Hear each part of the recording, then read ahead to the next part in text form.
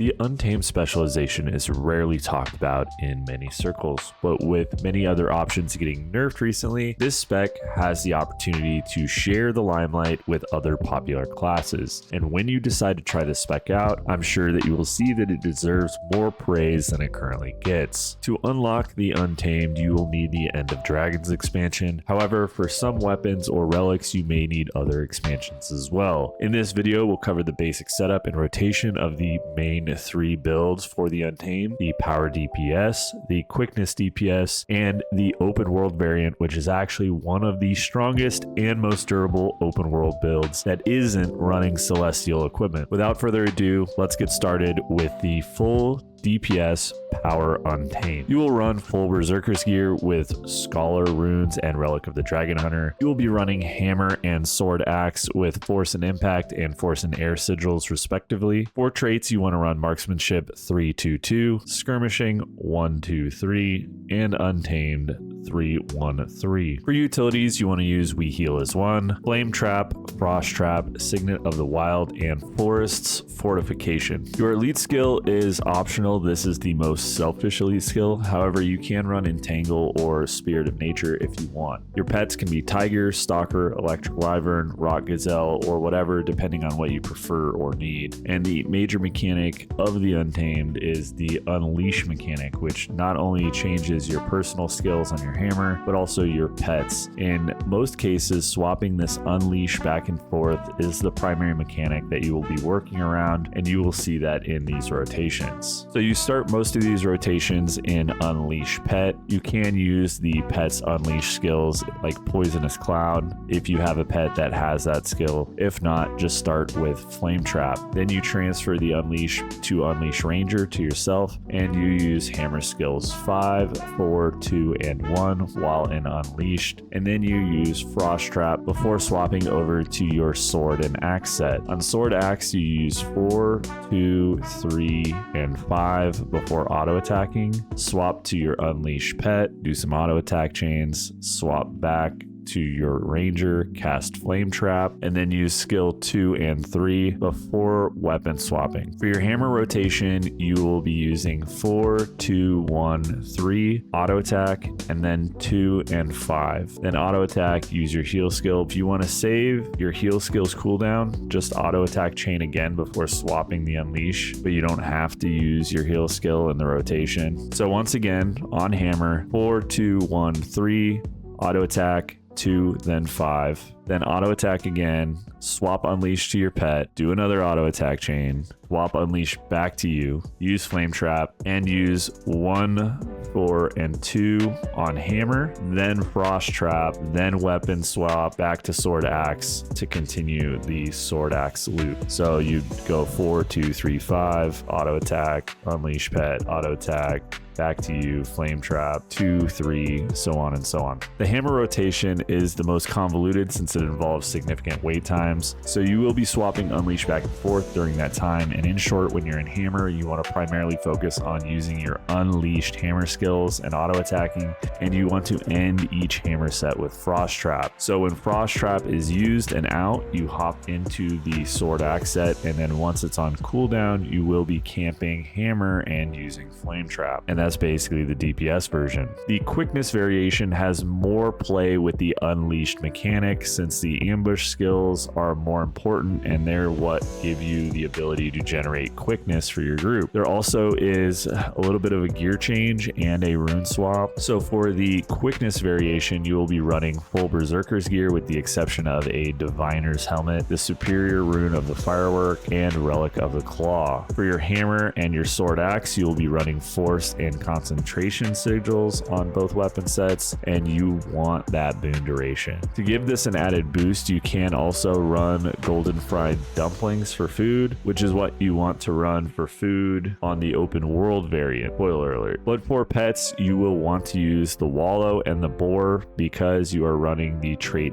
Beastly Warden, and those pets get a big boost from that. They benefit a lot from that trait. Speaking of traits, they are a little different from the Power DPS version. You will be running Beast Mastery 331, Skirmishing 123, and Untamed 331. For utilities, you want to run We Heal as 1, Storm Spirit, Sick'em, Signet of the Wild, and Strength of the Pack, though Entangle, Forest Fortification, or Nature Spirit all work well too. For rotation, you'll be prioritizing some of the key weapon skills, which are your Unleashed Hammer 4 and Hammer 2, but primarily you will be focusing on your Ambush skill, which is the alternate skill for your auto attack chain or your skill 1. And when you juggle the ambush mechanic, using the ambush skill is what generates your boons. So you will find yourself in a flow of juggling that Unleash back and forth from your pet, and then using your ambush, using your high damage weapon skills, and then repeating across both weapon sets. So getting started with the quickness rotation, you start in Unleash Pet, you use Storm Spirit, and you use Hammer 5. You'll Unleash Ranger, you use Relentless Whirl, which is your ambush skill on skill 1. You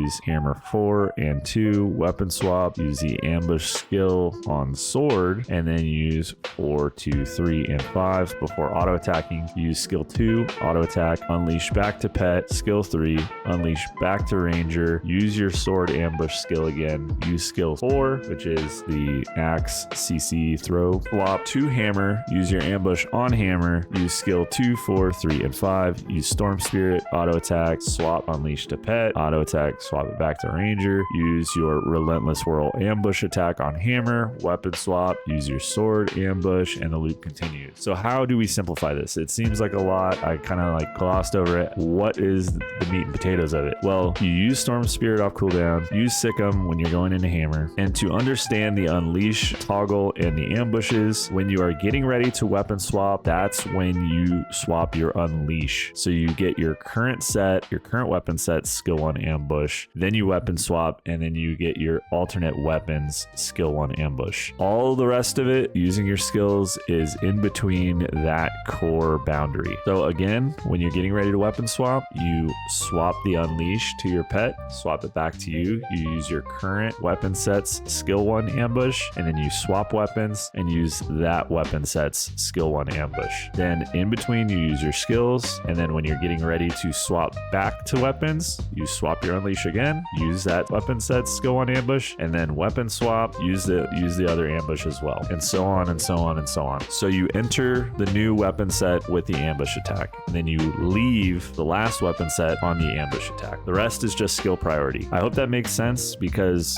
between all of the unleash pet, unleash this, unleash that, it seems way more complex than it actually is, and I think that's why this class doesn't get the love it deserves. It's really not that hard once you try it out. But before we cover the open world version of this build, sub if you haven't already, hit up the referral link if you're missing expansions and you want to support the channel, or if you want to support the channel directly, you can just join as a member. I know some of you guys joined as a member from the last couple videos, so I really appreciate it. But let's get into the open world build. The last build, and arguably the best kept secret in Guild Wars 2, is the open world Untamed. Now this build does recommend you use Mace, which is a Secrets of the Obscure exclusive situation. It does provide quite a bit of self-healing and CC and everything, which makes this build really strong, but in worst case, just run hammer. This build uses the same gear as the Quickness Untamed, excluding the Diviner's Helmet, so you can run full Berserker's gear, or if you have the Quickness Untamed gear, you could just use that gear set. So for gear, it's full Berserker's gear with runes of the Firework. For weapons, it is Axe and Mace with Force and Severance, or Force and Air, or Concentration, or whatever sigils you want to use. Severance is min-max, it's not mandatory. For food, golden fried dumplings will be extremely helpful. This will help you with your boon uptime. It also gives you some might in the open world. For relics, you can run Relic of the Midnight King, you can run Zakaros, you can run Wayfinder, Claw, Fireworks, Cavalier. It's all your preference. I personally am kind of leaning towards recommending Cavalier for open world builds, because it does give you a nice little boon stack without using the Jade protocols. But if you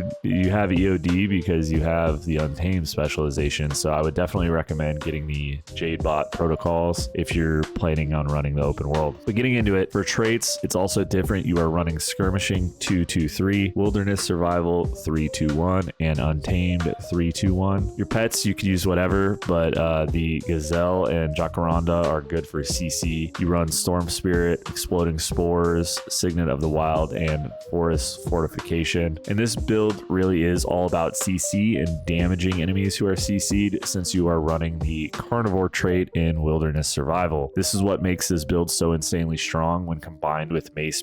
You generate boons the same way you do with the Quickness DPS, cycling the Unleash and using your ambush attacks, but you get a ton of life siphon from the Carnivore trait, and it's really strong and a really fun solo build. And by playing this, you will get really used to that Quickness Unleash swap back and forth gameplay. So I think if I was going to incorporate the Quickness Untamed, if I was like entering this as a, oh, I want to try this out, I think the way that I would go about doing it is building out the Quickness DPS Untamed gear, running the open world trait set, and then just practicing in the open world and fighting some of those champion mobs out there solo. And then once you get used to the little fast-paced elements of this build, then you can transition into the full DPS version. It seems like it's really fast-paced and it seems like it's complex, but it's really not a whole lot to manage. So with that, I want to thank you for watching. A big thanks to all of my subscribers who hit subscribe. Special thanks to all the members who joined and support the channel. And if you want to support the channel, you can join as a member, or you can use my referral link in the description below. I want to thank you all again, and I will catch you on the next one. Peace.